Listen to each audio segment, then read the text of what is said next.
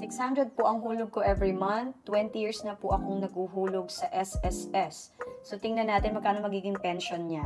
Gamitin na natin ang ating mahiwagang SSS Retirement Pension Calculator to compute. Ngayon, i-assume natin na voluntary si Ma'am Jamel.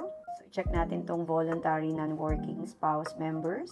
Sabi niya 600 yung binabayaran niya. Dito kasi 750 pesos yung pinaka-minimum na kasi nga tumaas na to. Baka dati pa yung sinasabi niya.